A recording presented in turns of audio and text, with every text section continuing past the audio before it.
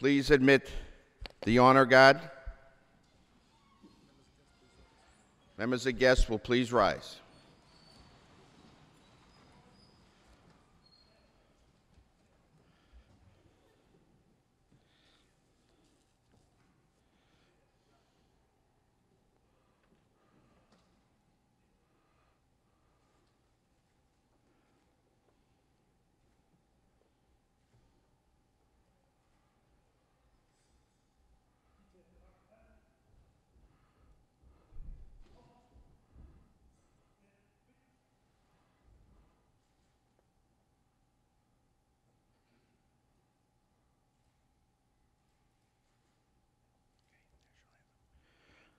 Now have the national anthem sung by UMass Boston alumnus Christina Devon.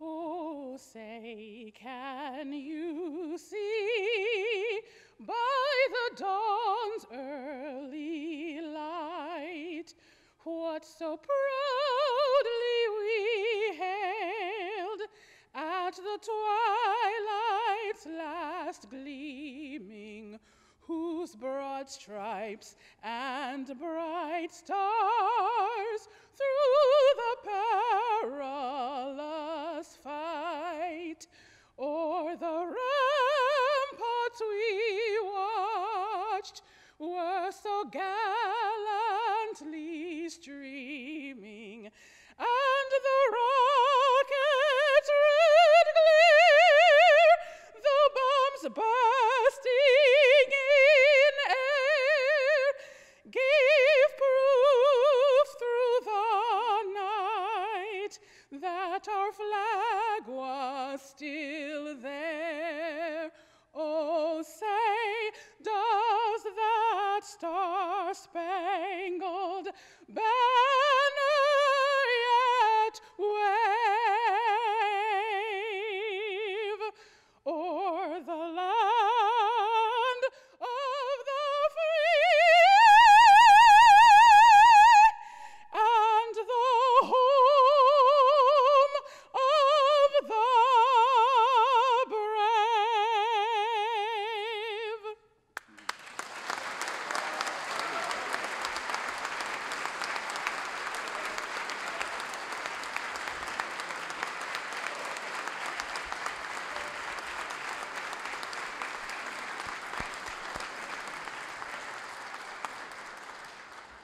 May be seated.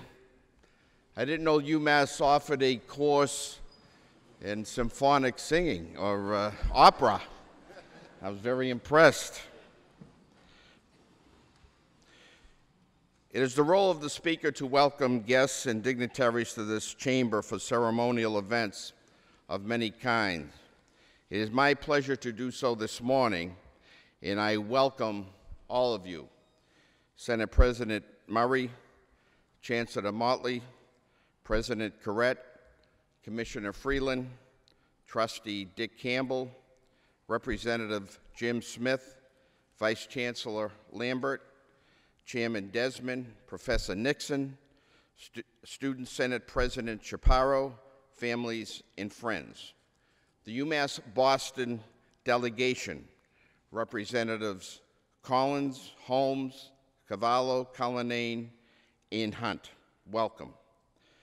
To the representatives here today who have benefited from a UMass education, thank you for joining us. Representatives Mariano, Donato, Moran, Spillane, and Hayes. And I also see Mayor McGlynn here as well. Nice to see you, Mr. Mayor. Welcome also to former Representative Jim Brett and Council Stephen Murphy, great friends of UMass Boston. UMass Boston, you are ably represented in this chamber. And I think I speak for all of my colleagues when I say that we were proud and pleased to provide enough funding for the University of Massachusetts to again work towards freezing tuition costs in this year's budget.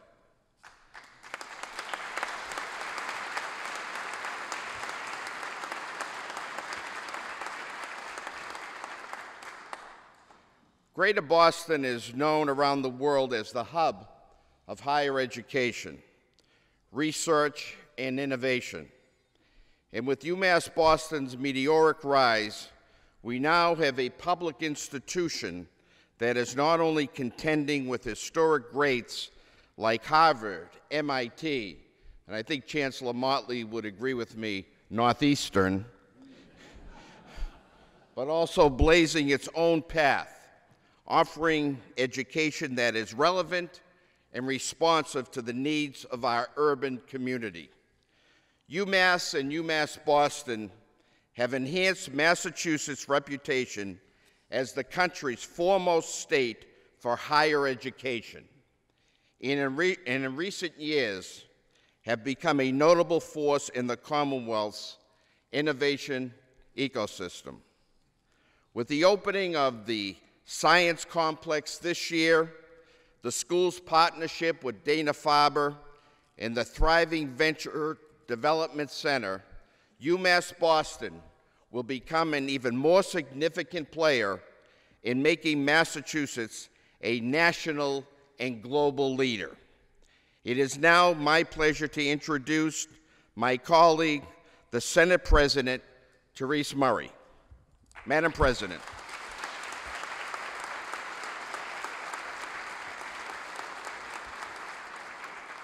Good morning.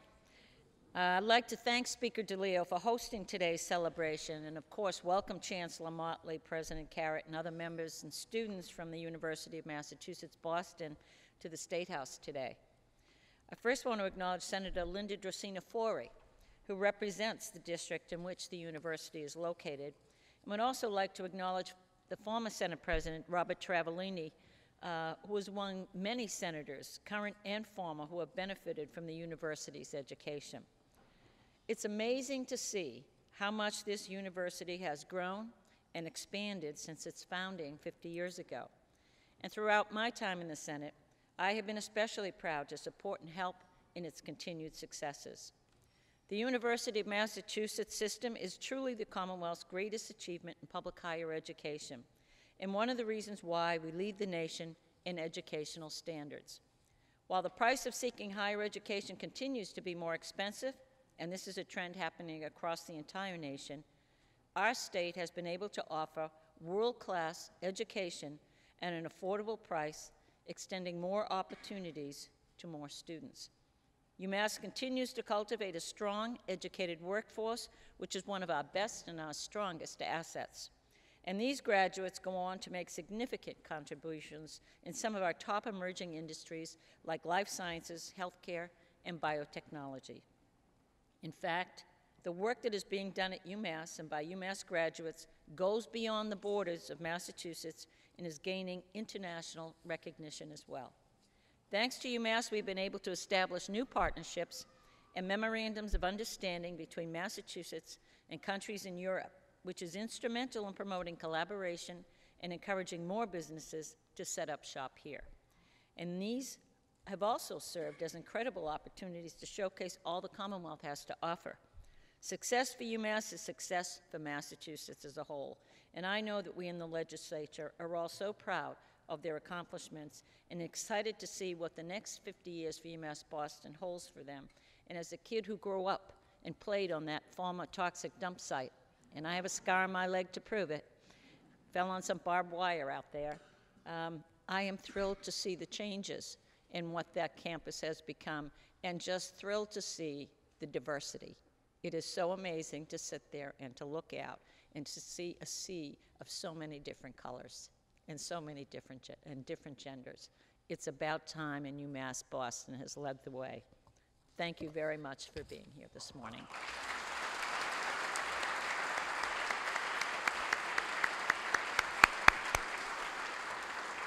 Thank you, Madam President. I now have the honor and pleasure to introduce a gentleman, I think, who has been at the forefront of many of the positive changes at UMass Boston, the Chancellor, Chancellor Motley.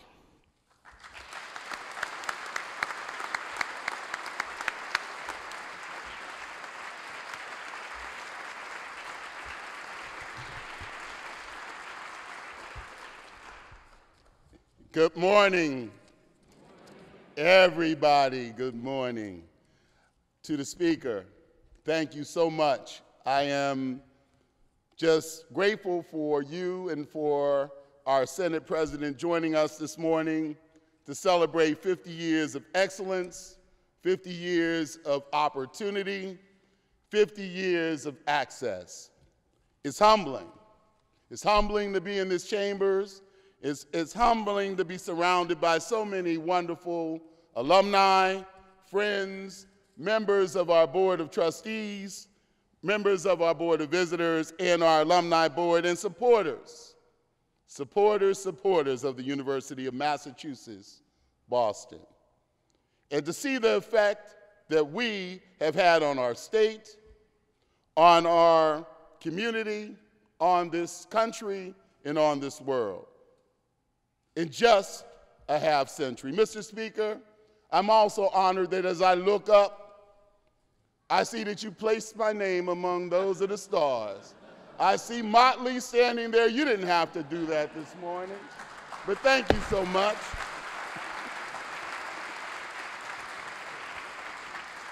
What an unbelievable opportunity to celebrate this milestone here, where it was done at its genesis, right here in the State House.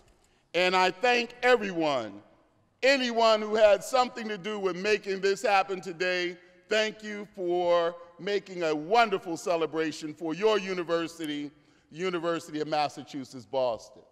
When the University of Massachusetts, Boston was founded, its mission was simple: to provide an education equal to the best. In our founders' words, to those whose backgrounds and circumstances may have prevented them from seeking further schooling. They wanted them to trip over opportunities on their way to success. They wanted to make sure that there were no more challenges with financial aid. They wanted them to understand those challenges, whether they were financial, cultural, societal, or personal, and to do something about those challenges. Those founders spoke to us as a Commonwealth to expand our efforts to provide educational opportunities to all who sought them. 50 years later, our city is different, our world is different, but our goals as a university, while evolving, remain true to the very values upon which our institution was formed. From roughly 1,200 students in that first class, we have grown to more than 16,000 enrolled students across 11 colleges and hundreds of undergraduate and graduate programs.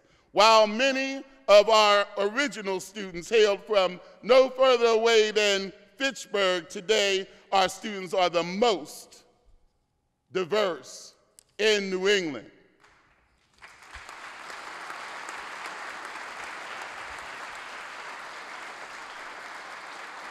Your university, the University of Massachusetts, Boston, represents 141 countries in over 90 languages spoken at home. From our modest beginnings, we have become a research enterprise with a Carnegie designation of high research activity, $57 million in extramural research funding last fiscal year alone, and a model of undergraduate involvement and scholarship that other universities seek to replicate all over this great country and all over this great world.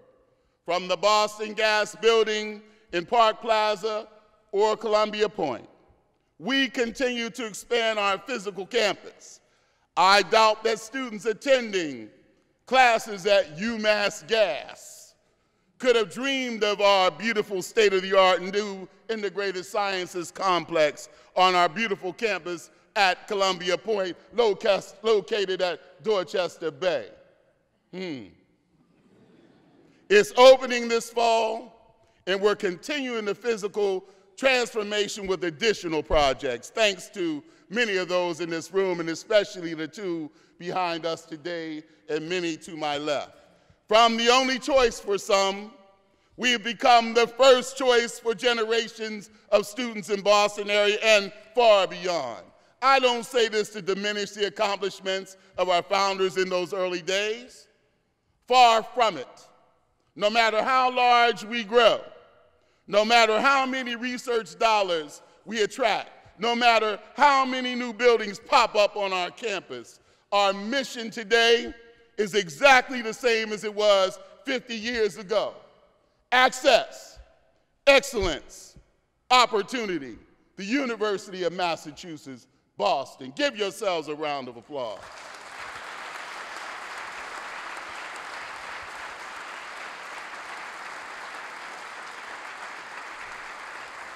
I am honored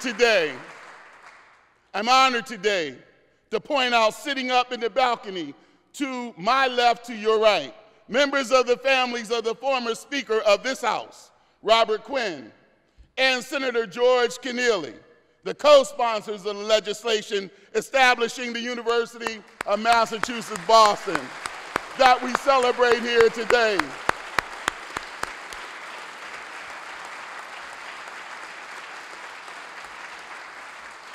And down here as well. Thank you. Thank you, families. Thank you for your original vision. Thank you for your determination in creating this incredibly successful experiment in education that was produced for Boston and the Commonwealth. Our urban public research university, the University of Massachusetts, Boston, 50 years ago a dream, today a reality many thought would go away. But here we are. Bigger, prettier, handsomer, if that's a word, and better. Our alumni, 90,000 strong, have largely stayed right here in Massachusetts, affecting our society in a wide variety of fields and in very, very, very positive ways. The legislators, past and present, who were introduced earlier, people like Joyce Linehan, University of Massachusetts Boston alum, and Mayor Marty Walsh, Chief of Policy, who's here with us today. Our own Fred Lasky, another proud alum and Executive Director of the MWRA. Every time your water is clean, you know it's going to be real clean because the University of Massachusetts Boston alum made sure of that. He's here with us today, and on and on and on. There are others. They've come to our campus as they are, and they left our campus transformed and ready to change the world. Just last month, under brilliant sunshine and blue skies, I looked out over a sea of 20,000 to see 4,000 graduates of our class of 2014.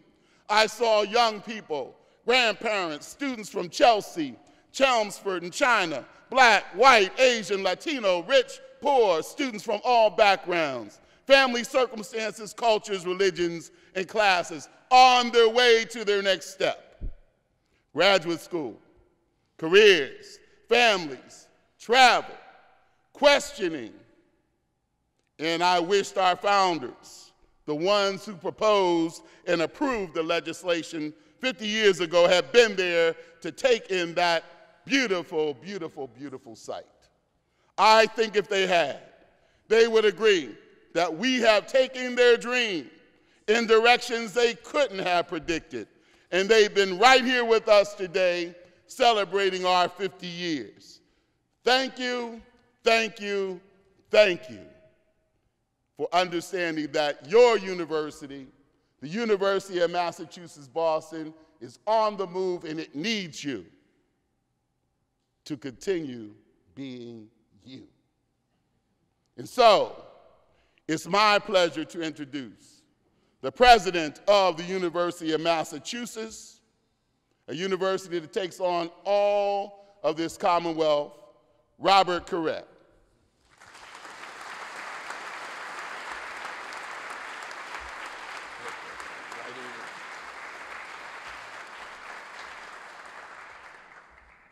So I don't have to explain 100 times why I'm not wearing a tie. Let me just say that I dislocated my shoulder.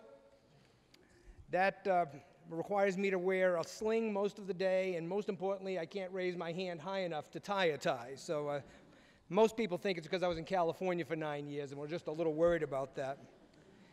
It's always a pleasure and a challenge to follow the Chancellor, as you would guess, both in stature, sound, and message. Just an exciting leader. And as I like to say in many of my speeches, everything that is accomplished, wherever we are and whatever institution we're affiliated with, it's because of the people. And leadership is an important part of that, and the Chancellor has provided amazing leadership over his term here at the University of Massachusetts, Boston.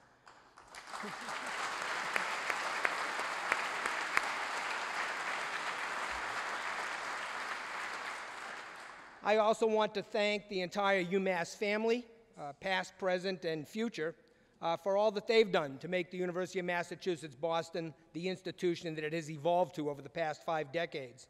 I want to thank the Speaker and President Murray for their support of public higher education.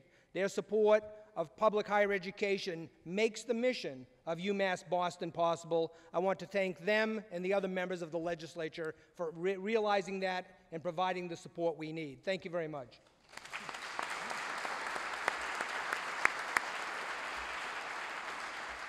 I also like to mention, whenever they hear my bosses, we have 2 trustees with us. You'll hear from Dick Campbell very shortly, and also the student trustee from UMass Boston, Nolan O'Brien. Thanks for being here. I'm just about to complete my 3rd year. Actually, I've just completed my 3rd year as president and president-elect. It'll be 3 years as president on July 1st. I'm somewhat still the new kid in town, though I did live here back in the 60s and saw the beginnings of really UMass Boston as it began to evolve into the kind of urban institution the Chancellor has just described. Before I was president here, and I'll be very brief on this, I was president of 2 other institutions, one in California and one in Maryland, both urban campuses, one right in the middle of downtown San Jose, California, one at the 12 o'clock Beltway in Baltimore, Maryland. I have to say that close to my heart is the mission of urban campuses. Urban campuses have a very specific role in our states and in our country. We cannot ever begin to achieve the kind of future we all see for ourselves and our children and grandchildren without the help of the urban campuses who are serving the new immigrant populations that come through our shores on a daily basis. You can see here Governor Winthrop with the charter of the city on a hill, and to my left you have Chancellor Motley and the UMass Boston family, the university on the shore of Great Dorchester Bay. The shore that has served those immigrant populations that come in through the harbor and through the airport. Urban centers are the cauldrons of the intellectual capital of the future. You can find that in any of the major cities of our country and of other countries. And urban campuses need to continue to be sustained to serve that population if we're going to achieve the future we see for ourselves. UMass Boston is an extremely important part of the UMass family, a family that serves over 72,000 students a year in our classrooms and another 100,000 students totally if you include our online environment. 15,000 graduates a year marching out into the Commonwealth, over 80% of which stay here in the Commonwealth of Massachusetts and provide the foundation and the base from which we will grow into the future we see for ourselves. The reach of UMass Boston is inspiring. The Chancellor just described the alumni base that he's developed along with his predecessors around the globe, and that import is continuing to grow on a day-to-day basis. It's hard to pick out examples. I think each of the speakers will mention 1 or 2. You've already heard some mentioned. But as a chemist, I want to mention that the fathers of green chemistry, Paul Anastas and John Warner, are UMass Boston alums. And Gina McCarthy, the current head of the Environmental Protection Agency, is a UMass Boston alumnus. Others include Mayor Menino, former Congressman Kennedy, and a couple of entrepreneurs, Joseph Aboud, who I love, and I love his clothes, and Paul English, the co-founder of kayak.com. Things you might not be aware of, but just small examples of the kind of change that have been possible because of the kind of environment UMass Boston has provided. One of the things I love best about being president is the fact that it has an impact on people. what we do as educators is human development. We take individuals and provide them with the tools they need to continue to evolve, to be the kind of people they will become. We change people's lives, and as a result, we change the lives of their families.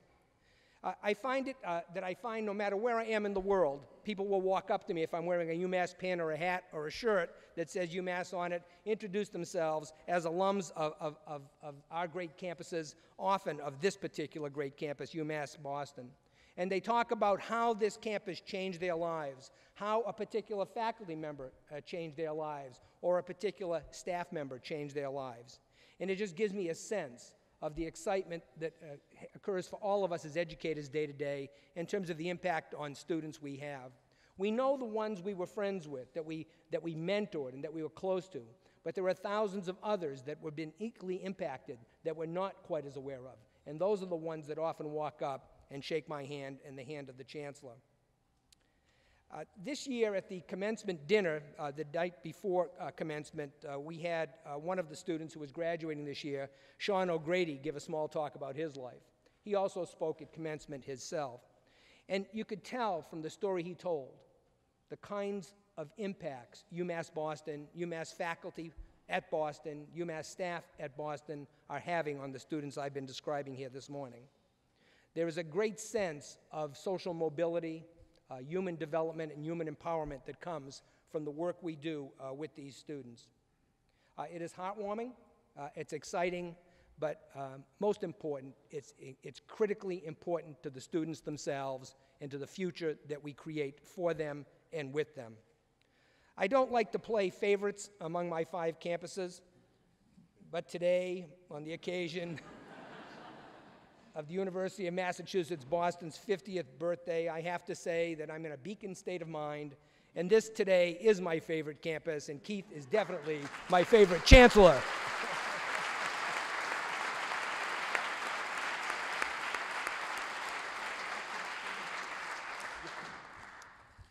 UMass Boston has a bright future. We're very excited about planning for the next 50 years. The construction you're seeing, the growth in enrollments are just part of that future that you can see today. But you can just imagine as Columbia Point continues to develop, as Bayside continues to develop, as the Edward M. Kennedy Institute continues to evolve along with the JFK Library, that part of Boston is going to become more and more important to the future of the Commonwealth and to the future of our country. It's now my honor to introduce a distinguished member of the University of Massachusetts Board of Trustees, a member of the UMass Boston class of 1970, the founder of Campbell, Edwards & Conroy, one of the most successful trial firms in the state, my boss, my good friend, and your alumnus, Richard Campbell.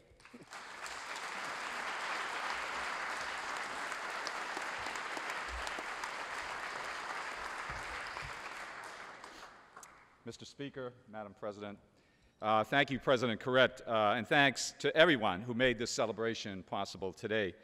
I bring you greetings from the University of Massachusetts Board of Trustees and Chairman Henry Thomas. I have the distinct honor and privilege to be the only alumnus of the University of Massachusetts Boston serving on the Board of Trustees. So, bursting with pride, I say congratulations to UMass Boston on its 50th anniversary. The Board of Trustees is committed to the growth and expanding reach of my alma mater. I was a member of the original class of UMass Boston and remember very well Park Square campus referenced by Chancellor Motley. The late 1960s was a very, very different time for Boston. It was a very different city back then. Our university education was animated by the commute to the campus, with the wealth of the Back Bay and Beacon Hill on one side, the poverty and hardship of the South End and Chinatown on the other end, and the then underground gay community directly abutting the campus in Bay Village. As students, we were at the center of political and social unrest, as protests against the Vietnam War and racial injustice were routine occurrences at the Boston Common. The Arlington Street Church was a venue of choice for dissent.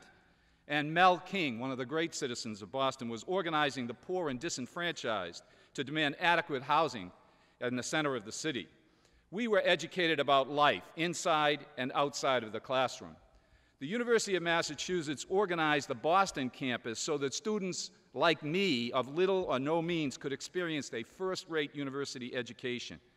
UMass Boston was the university for the orange and blue line and part of the red line, where students had to commute, people who couldn't possibly afford to board at Amherst and who had no choice but to work while they attended school. UMass Boston was also the university of choice for Vietnam veterans and for older, wizened students remaking their lives. UMass Boston is so different today. Students from all over the Commonwealth, and indeed all over the world, attend the university at its spectacular waterfront campus because of the richness of its academic offerings, its renowned faculty, and its position as a channel for high-quality jobs in Boston's vibrant business community. UMass Boston continues to offer access to a university education to deserving and qualified students, to be sure.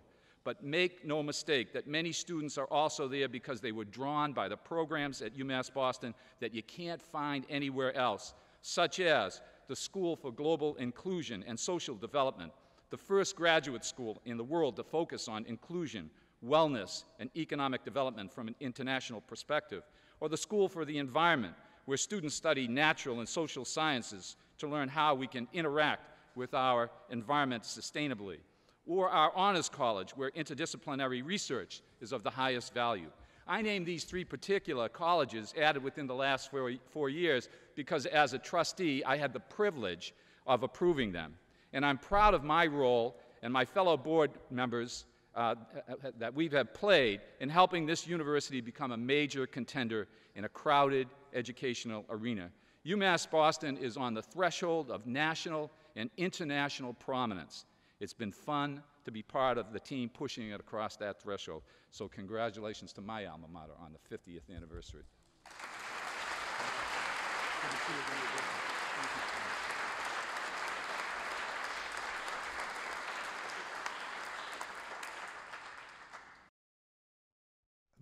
My name is Richard Freeland. I think I represent memory here today because I was one of those who had the good fortune to be among the early adopters of UMass Boston, spent many happy years there.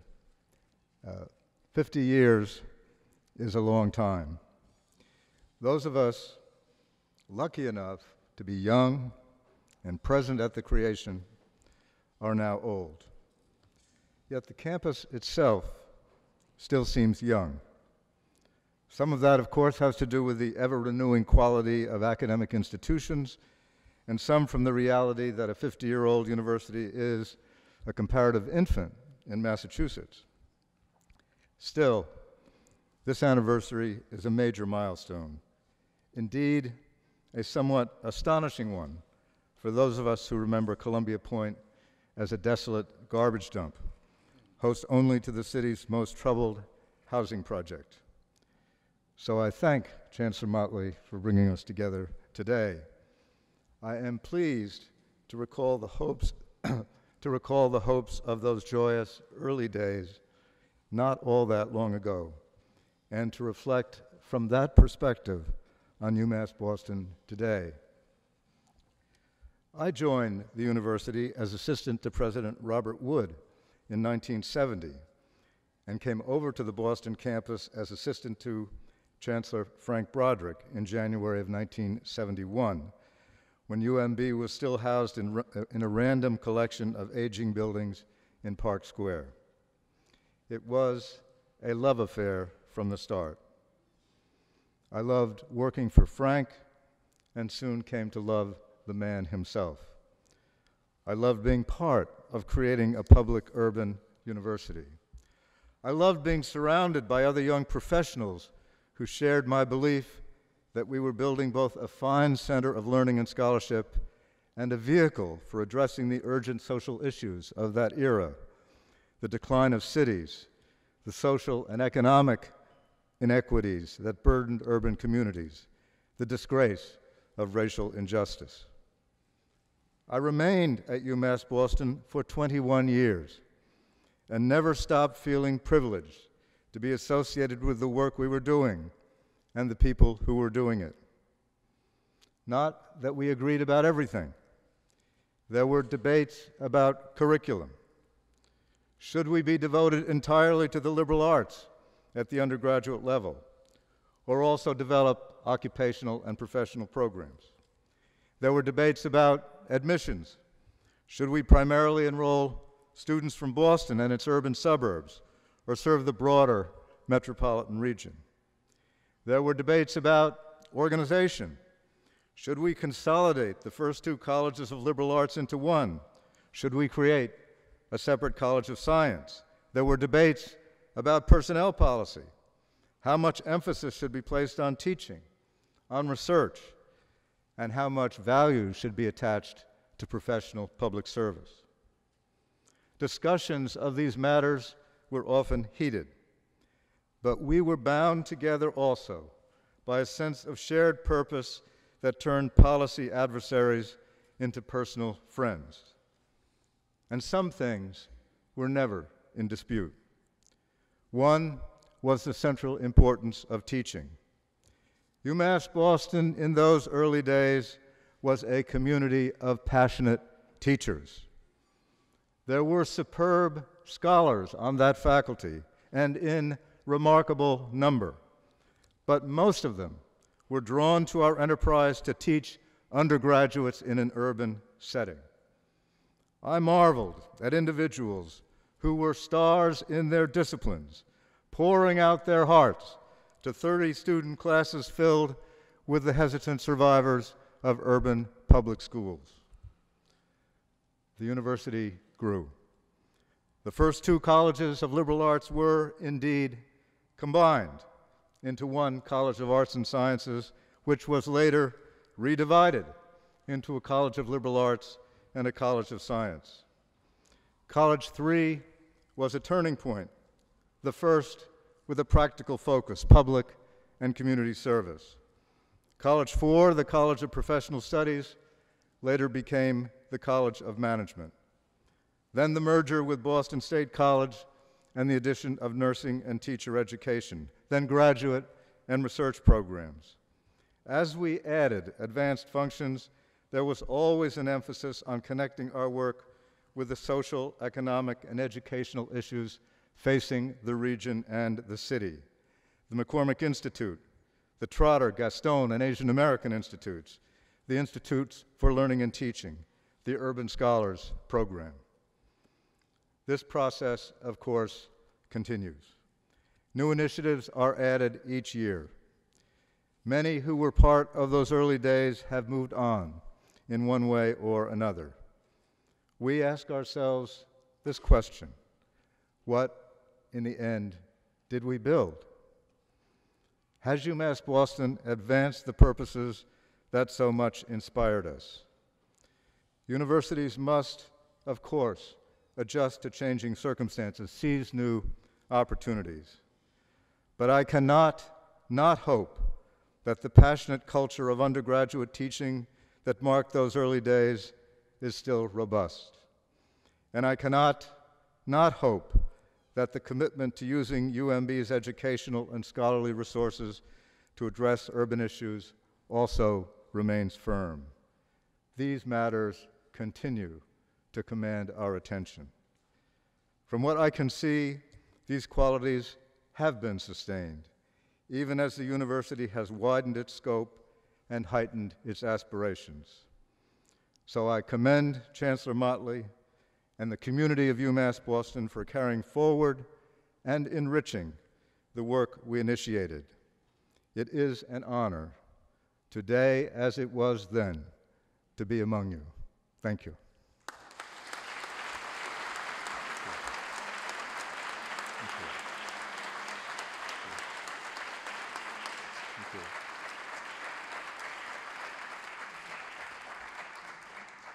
It is now my pleasure to introduce one of the graduates of the first class to graduate from UMass Boston, the Honorable Jim Smith, class of 1969.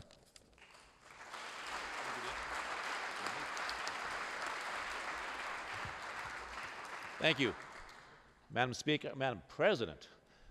Mr. Speaker, 50 years ago this day in this building, this institution was established.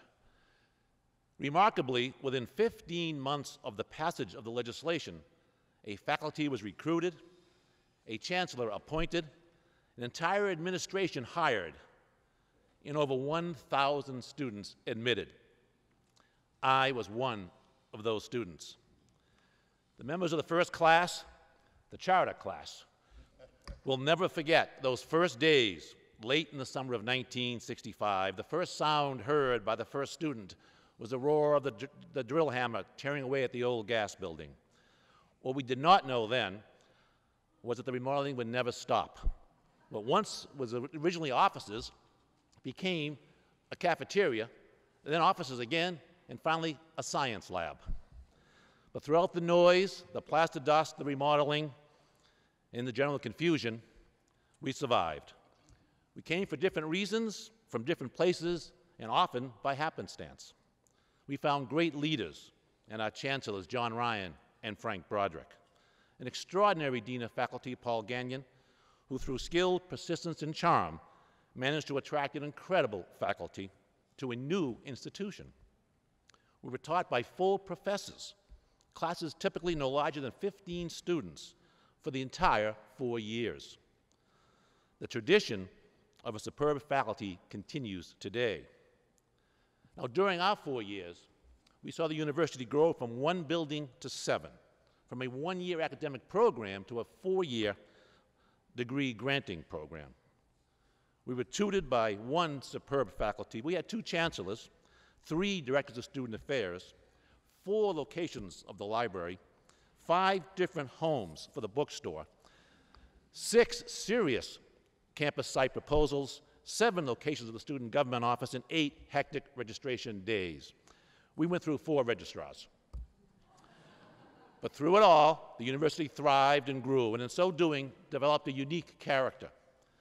The rah-rah football teams were missing, as was the grass quadrangle and the fraternity houses. Our school spirit was of a more serious nature. We were creatures of our environment, and our environment was Boston. We participated in her politics, we tutored in her schools, we joined and even led her anti-war marches. We observed and learned that which no textbook could teach. We were there when George Wallace spoke, when the lights went out, when Roxbury burned, and when the Red Sox won the pennant in the impossible dream year. And as we progressed through our 4 years, we had the special opportunity to build an exciting university. Even the growing pains became part of that excitement. But we came not to an institution loaded down with tradition, but to a place where we could make the tradition. We went to an urban university committed to education, to educate all who cared to learn, black and white, rich and poor, urban and suburban. We came as enthusiastic and inquisitive students, met an extraordinary faculty, and left with burnished minds and promising futures. The charter class produced doctors, college presidents, lawyers, teachers, corporate executives, entrepreneurs, real estate magnates, public servants, and even former legislators.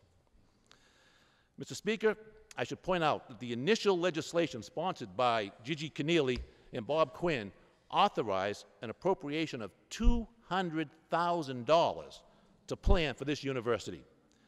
Today, you could barely buy lunch for the group gathered here with that amount.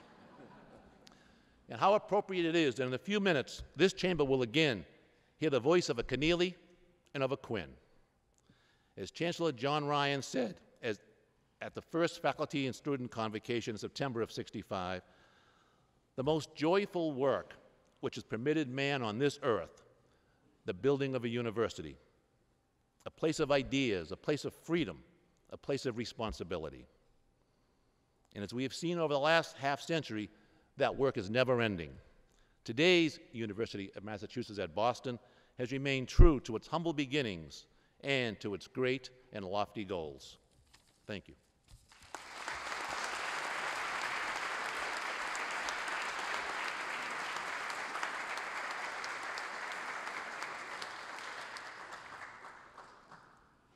Good morning. Thank you, Mr. Smith, Mrs. Keneally, and Ms. Quinn. Today marks an important and historical day for the University of Massachusetts Boston. As a celebration of the 50th anniversary, I would like to take a moment and tell you about my story and why I decided to enroll at what I consider to be my second home. I made a decision 3 years ago to travel about 1,500 miles from Fort Lauderdale, Florida to Boston, Massachusetts, and I couldn't have done it without the help of my family. My father was an inspiration to me in my decision as he had moved from Peru to Boston in 1969. Not speaking a word of English, he learned by taking night classes in the city and inevitably enrolled and graduated from UMass Amherst with a degree in civil engineering. As I was growing up, I would always ask him questions about Boston, and he would tell me stories about his days walking around the Charles River or going out with friends somewhere into the city. But the one thing that he truly spoke highly of were the people in the city and the education system. My mother, on the other hand, met my father a few years after he graduated and moved with him to the United States, also not speaking a word of English. But she worked hard every day of her life to make sure that me and my brothers had all the tools we needed to succeed. Growing up, I remember her spending countless amounts of hours with me, teaching me new things to make sure I would succeed in my education. Both of my parents truly raised me to becoming the person I am today. But they both motivate me too. Both of them have some form of college education and have always pushed me and my brothers to pursue our passions. My passion's in political science. And after hearing the stories of Boston and being fortunate enough to be raised by both of my parents and guided towards this great city, I can only say that I'm a lucky individual.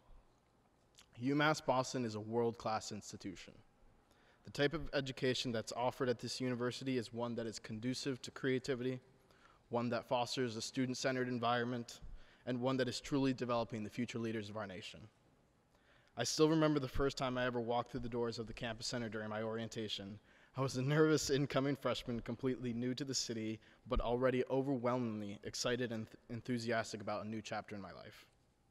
Some of the things I managed to accomplish just during my freshman year were running for a student government position and becoming one of the Senate leaders. I also became an orientation leader and even went as far as interning at a U.S. Senator's office in downtown Boston. All of these accomplishments I could not achieve without the help from my peers, fellow staff, faculty, professors, friends, and my family. But it is exactly these opportunities that I found through the university that have guided me into the position that I stand today.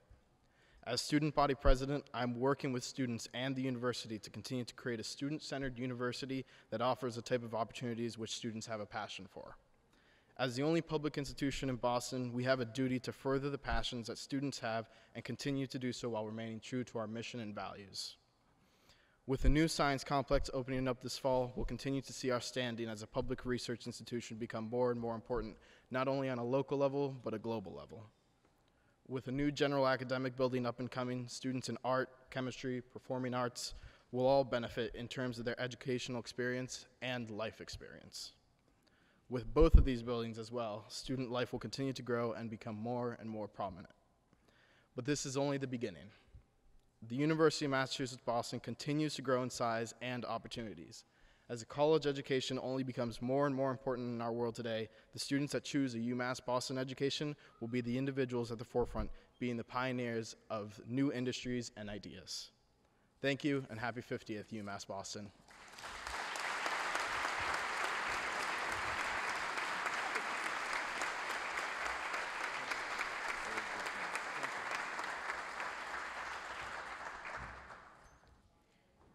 The chair recognizes Ms. Denise Keneally. For what purpose do you rise?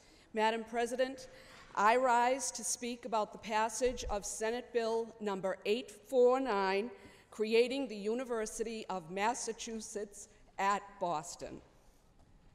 Thank you. The member will make her remarks. Thank you, Madam President. Good morning, Speaker DeLeo, Chancellor Motley, President Corrett, Provost Langley, fellow alumni, students, family, and friends. I am Denise Keneally.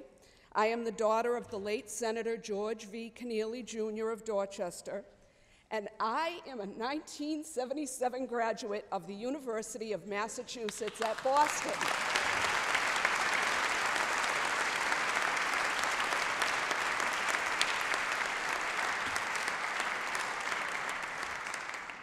I am here today with my friend and colleague, Elena Quinn, daughter of the late, great Robert H. Quinn, former Speaker of the House and Attorney General of the Commonwealth. We are honored to give a short history of the legislation that created the University of Massachusetts at Boston 50 years ago. In January 1964, the Legislative Research Bureau solicited a report to the legislature regarding emerging problems in student aid for higher education. One of the emerging problems addressed in the report was the issue of meeting demand of rising enrollments in public colleges, state colleges, and universities. In a follow-up report of April 1964, it was stated that more than half of the students at the University of Massachusetts and Amherst at that time were from Eastern Massachusetts. And, I quote, "University officials appear receptive to the idea of establishing a second campus in Boston to service Eastern Massachusetts." The president of the university reported that spring that the Amherst campus had to reject over 8,000 applicants that year alone due to lack of space, the majority from the metropolitan Boston area. To that end, in May 1964, Senate President Morris A. Donahue, then Mr. Quinn, later Speaker of the House, and Senator George V. Keneally Jr. proposed a bill to provide for the establishment of a University of Massachusetts campus in or near the city of Boston. On May 28, 1964, this bill, Senate number 849, was reported favorably to the Senate by the Senate Committee on Education. Senate Bill number 849 went to the floor of the Senate on June 13, 1964, and was amended by a new draft and sent for a third reading. On the morning of Monday, June 15, 1964, Senate number 849 was read a third time, and after withstanding a motion to amend that would have established the university for only a temporary period of 5 years, the question was called, and an amended version containing the language that created the university was passed. The bill was engrossed and then sent to the House for concurrence. In an interview decades later, my father stated, "There wasn't a UMass Boston when I went to school. If so, I probably would have gone there. In creating UMass Boston, we helped those who came from the core city to benefit and better themselves. I think we are providing an education for a large number of people who would never have received it otherwise." My father, along with Senate President Donahue and Mr. Quinn and others, felt strongly that the creation of a UMass Boston campus was necessary to ensure all of the Commonwealth's residents would have the opportunity to experience an education equal to the best. Thank you.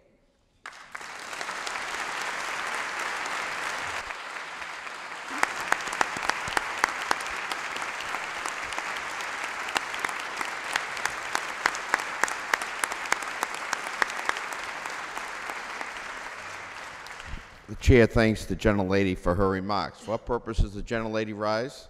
Mr. Speaker, I rise to speak about the passage of Senate Bill 849, creating the University of Massachusetts, Boston. The chair recognizes Miss Elena Quinn.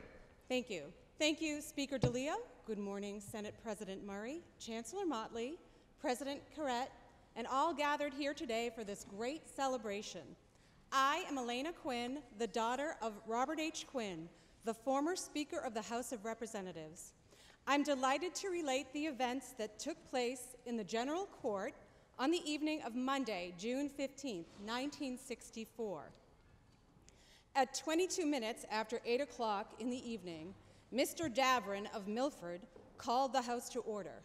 My father, Mr. Quinn of Boston, had yielded the Speaker's gavel to take his seat in the chamber. At that time, the House took up debate on Senate Bill 849, as amended and engrossed. The bill to establish a branch of the University of Massachusetts in the vicinity of the city of Boston had been reported out of the House Committee of Ways and Means unfavorably. The Ways and Means Committee reported that the bill ought not to pass. After suspension of the rules, the bill was considered by the House forthwith. My father urged that the committee report be overturned, citing the high tuition costs of private colleges. He declared that to reject the measure would be to deny a future to young people of Greater Boston who lacked funds to go to private colleges. After a debate on the question of rejection of the bill, a vote was held and the House refused to reject the bill. The bill was then ordered to a third reading, again under suspension of the rules, and on the motion of Mr. Quinn of Boston. After debate on 3 amendments proposed from the floor and an attempt to recommit the bill to the Ways and Means Committee, any of which would have prevented the passage of the bill, and each of which was defeated by either a vote or procedural rules, Senate Bill number 849, as amended, was passed to be engrossed in concurrence with the Senate. The House then adjourned at 6 minutes before 12 o'clock on June 15, 1964. The bill, Senate number 849, was signed by Governor Endicott Peabody on June 18, 1964. Years ago, my father said in an interview, "All of us who were keenly involved and instrumental in establishing a University of Massachusetts at Boston were privately educated. We were all graduates of schools of private higher education, not public education, but we cared. Nothing got in the way of our concern for an opportunity for these young people. My father's goal, in his own words, was to ensure that Boston's youth would trip over opportunities to get a great education. 50 years after its founding, the University of Massachusetts Boston has successfully made his dream and that of countless others come true." Thank you, Mr. Speaker.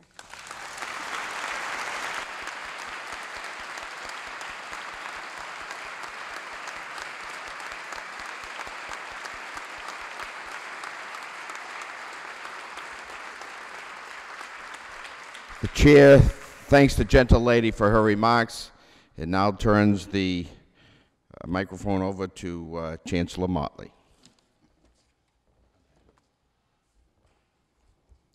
So again, thank you everyone.